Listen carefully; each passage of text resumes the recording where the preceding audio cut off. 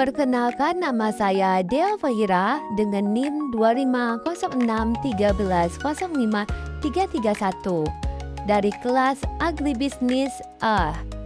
Mata kuliah Matematika Ekonomi dengan dosen pengampu Ibu Yulia Adriani, SP, MSI. Halo semua, di video kali ini saya bakal bahas tentang dua jenis matematika yang mungkin sering kita dengar, yaitu matematika murni dan matematika ekonomi. Keduanya itu penting, tapi punya fokus dan cara yang berbeda. Yuk kita simak. Yang pertama, fokus. Matematika murni itu lebih ke teori dan konsep dasar. Misalnya, kita belajar tentang bilangan, geometri, atau aljabar tanpa ada aplikasi langsung. Sementara itu, matematika ekonomi lebih aplikatif. Kita pakai matematika buat menganalisis data ekonomi, kayak menghitung keuntungan atau biaya. Jadi satu lebih ke teori, yang satu lagi lebih ke praktik. Perbedaan yang kedua yaitu abstraksi. Matematika murni seringkali abstrak.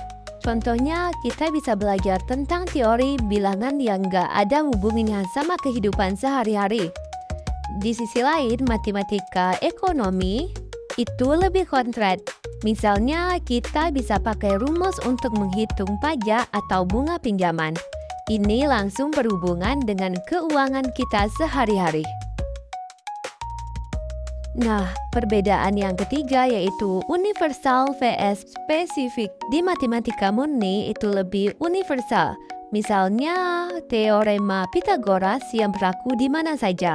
Sedangkan matematika ekonomi lebih spesifik. Contohnya yaitu rumus elastisitas permintaan yang hanya berlaku di pasar. Jadi, satu bisa dipakai di banyak tempat, yang satu lagi lebih terfokus.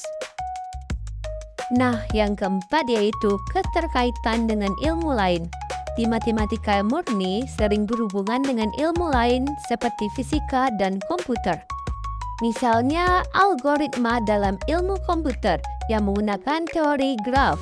Sedangkan di matematika ekonomi yaitu berhubungan erat dengan ilmu sosial dan bisnis. Misalnya, analisis pasar yang menggunakan statistik dan probabilitas.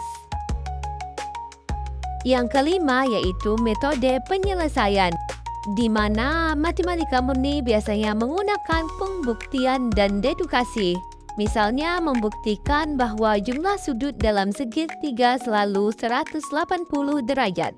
Sedangkan di matematika ekonomi menggunakan model dan simulasi. Misalnya, kita bisa membuat model untuk melihat dampak pajak terhadap konsumsi. Dan perbedaan yang terakhir yaitu kebenaran dan keputusan. Di matematika murni itu lebih tentang mencari kebenaran.